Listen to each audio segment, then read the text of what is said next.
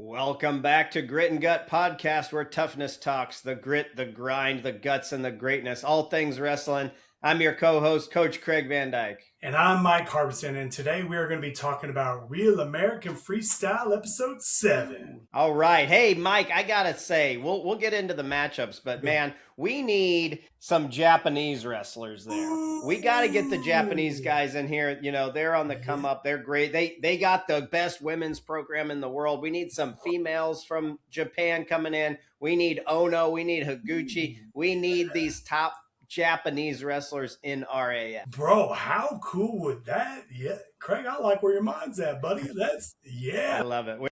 Hey, we got a lot of Russians. We got a lot of Russians right now, right? We need to get the Japanese in here too. Let's be real. Oh yeah. Yeah. Let's get those Japanese legends in here, you know. Yeah. How cool would that I'm in general, I'm digging most of the matchups. Oh, yeah. Some of them, you know, a little lopsided still, but you know, they started out with Johnny Julius versus Connor Beebe. I thought that was actually a really good matchup. And I'll tell you what, so style-wise, level-wise, age, they're about 6 years apart, Beebe being the older guy. But I'll tell you what, Johnny was really smart this match because he gassed hard. But he was able to get to Beebe's leg over and over and over and probably ate up 2 minutes of the match just hanging on a leg. Really smart wrestling. Yeah, DeJulius came out with the win, but a nicely paired match, I would say.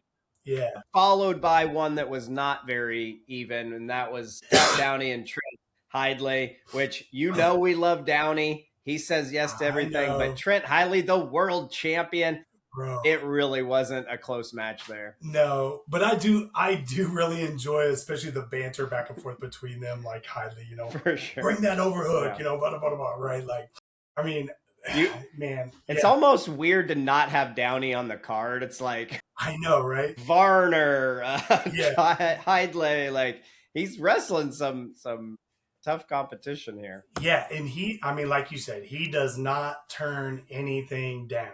Like that dude just loves to compete. And we love that. So I'll tell you what, who's fun on the card, and I don't know that he's off the mat personality as controversial, big or whatever, but Jason Nolf is a pleasure to watch. I mean, he's so much fun. He's such a creative wrestler. His match against the Russian, I mean, very lopsided. That guy wasn't, you know, he's a MMA guy. Or whatever. Yeah. Mistalov. Nolf needs some tougher competition on there. Oh, yeah. I would love to see him because he's such a joy to watch. But we did get some youth on there, too, and Aiden Sinclair, Mike. I don't know if you caught that Aiden Sinclair match. Yeah, Aiden Sinclair, he has come a long way in 2 years. Yeah. For real. And he was showing some personality in his post-match interview. He's calling people out. He's showing some personality. He's only 19 years old. He's on the card. Of course, had an All-American finish this year. He was wrestling another young guy, Tazudinov, only 22 years old, out of the Sadulayev Wrestling Club. So no joke there. I mean, tough match, matchup there. A real good matchup there. You know, as far as levels go, that was real good. And then, Mike, I think that one was 9-4. I think Sinclair won that 9. Yeah, you're right. It was 9-4. There was more scoring in that one. Yeah, but still close.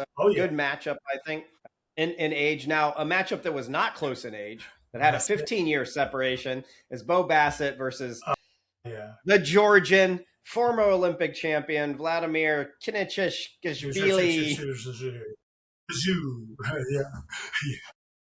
So what'd you think about that match, Mike? You know, the one part I thought was real funny, man, is when they were coming back from out of bounds. We all know Bo Bassett's hand fight is just intense. It's very intense, right? And they were coming back from out of bounds, and it was like, you know, he just put his hand on Bo's shoulder and just kind of like, all right, hey, listen, like, calm that crap down, buddy. Like, we're not doing that no more, you know? You know what, Mike? It might have been him pleading, like, hey, man, you're whooping me, like, ease off the machine gun, man. Because it was still a little early when he did that, though, so it wasn't crazy yet. Yeah, I think that seeing Bo Bassett and experiencing Bo Bassett are two different things. Completely. When you get in there, you're like, holy crap. So Bo Bassett just added another one to his hit list, and obviously a great wrestler. That machine gun mindset is a real thing. Oh yeah, for sure. Yeah. He's doing it. Hey, another pretty good matchup that happened was Hendrickson versus Hilger. Yeah. I think that was closer than people thought. I sensed it was going to be a close match. Hilger's really good. Oh, yeah. I'll tell you what, Hilger might be the happiest guy on the card. Every time you see him, this dude is smiling, having a good time. And he's a heck of a wrestler too, by the way. So it was a 6-2 match, Mike. Yeah, so it wasn't that bad. It was pretty dang close, And like you said, he truly he loves to be out there, man. I think he's one of those guys that it swells his heart up when he's wrestling, and he couldn't be in a happier place, Yeah. And that dude can wrestle too, so. Oh yeah, for sure. And he is a happy guy. I love the joy that he's wrestling with. Now, the biggest news with the Kennedy Blades match wasn't the match itself, because that was a foregone conclusion. We knew she was going to smoke that one. It was before, and she took the Abby, suplex? the suplex on Abby on Fox Nation. It's being talked about all over, man. I'm seeing all these clickbait, rage bait things, making it a big controversy. It's not a controversy. No. Abby asked for it. Kennedy did it. And there was a split second in there, Mike. I was like, crap, is Abby okay? Just a split second. She was all right. Kennedy, she got bladed. Yeah, she got bladed, man. Yeah. But we need patent or copyright that. But dude, like when you look at the landing though, Kennedy beautifully landed her kind of on her shoulder and rolled it through.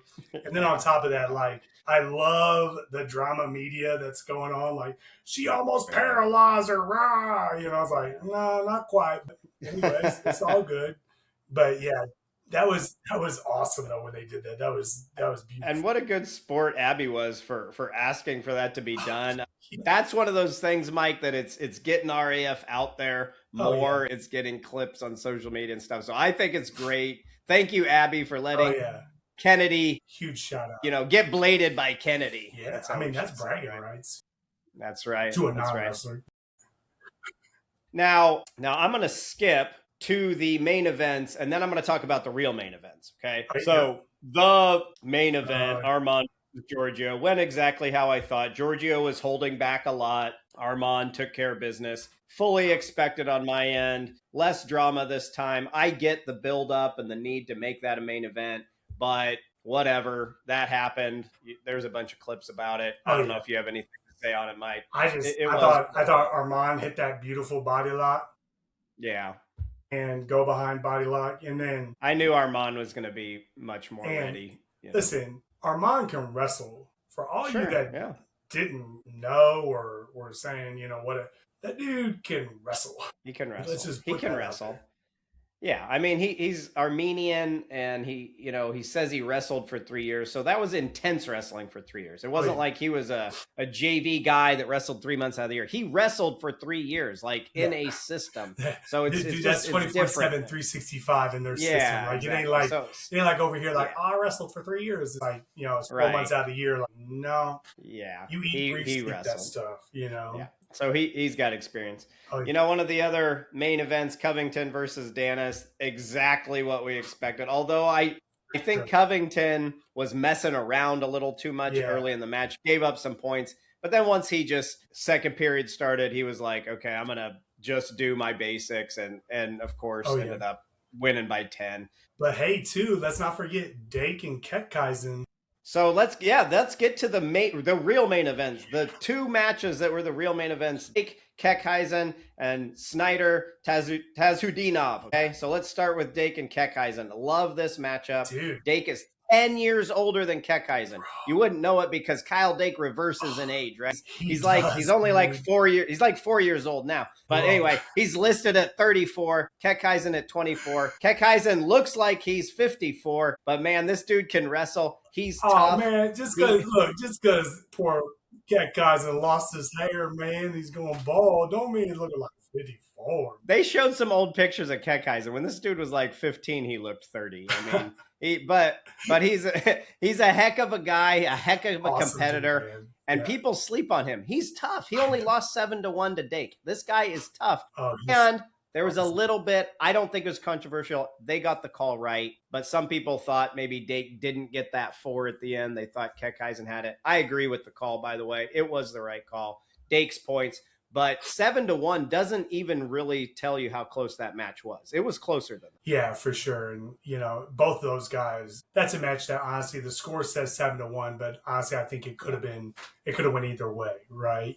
Controversial call goes the other way, different things like that. So that both those guys are phenomenal athletes. And that's a great matchup right there. Awesome. Yeah. Well, I love having Dake on the card, and maybe we'll get a Dake Nolf matchup one of these days. That would be awesome. I'd imagine Nolf would have to bulk up a little bit. That's all right. Dake will wrestle any weight you want. You want him at 74, cool. You want him at 79, cool. 86, cool. Yeah, he'd probably go up and wrestle 97. Dake don't care. Dake would have to cut a lot. Well, he did it for the Olympics. He was 74. He was our 74. Olympics. I agree, but anyway, I think it'd be a cool matchup. But going on to the other real main event, Snyder versus Tazudinov. He was 0-2 against him going in. Comes out with the 3-3 criteria win. So a smart match. I think Snyder. The only critique I have is he was getting to Tazudinov's leg. And Taz is a really good counter wrestler. I was hoping Kyle would take him to the edge and just take some ones rather than trying to finish. So he got the single leg up in the air, I think 2, maybe 3 times. Didn't finish. A lot of effort for not getting there. But of course, Kyle Snyder's a beast and got the win, first win over Taz. And you could tell how pumped Snyder was. I loved it. And Tazudinov did get the one takedown. So there's a little bit change in the rules versus, one who gets the takedown versus that's no right. takedowns. Speaking of different rules, Mike, here's one that RAF needs to change. We need a challenge. They need to be able to challenge in RAF. They're not right now, and I actually think that's a travesty. Give them a challenge. Yeah, give or take on that one. Just because, let's take a poll. I want a poll. Okay, I want RAF to see it. I think it's challenge necessary or not to challenge. That is the question for RAF, right? Listen, RAF wants controversy. They built this card around Giorgio and Armand. Give people challenges. That builds some drama. That, I think it's going to be good for it. Plus, we'll get it right. Sometimes they get it right. Sometimes they don't. In Dake's match, they got it right. But I'll tell you what, the matchup. Wait. Hold on. You know what? Okay, now I'm for challenges because they have Shane Sparks on the mic now. They signed Shane Sparks.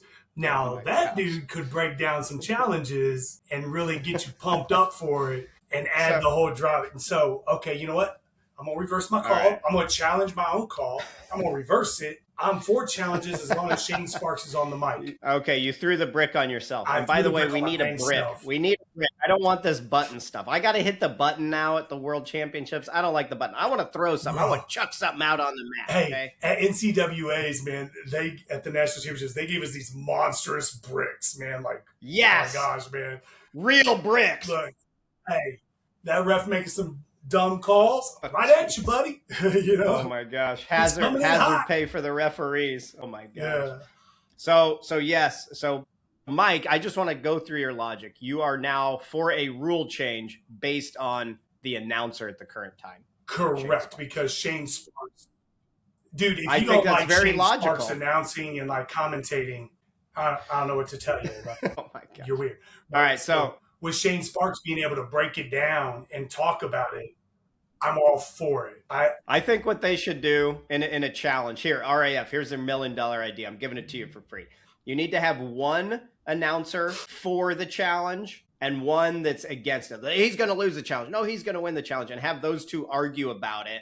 And maybe it's random. Maybe they don't even get to choose which side they get. They have to argue for that side, right? And that creates some drama as they're doing the review. Nah, dude. Or like what they do for Monster Jam. If you're in the crowd, you can log on in your app on the phone and you can score it, and it adds to the score. Yes. The fans could choose whether the challenge goes or no goes.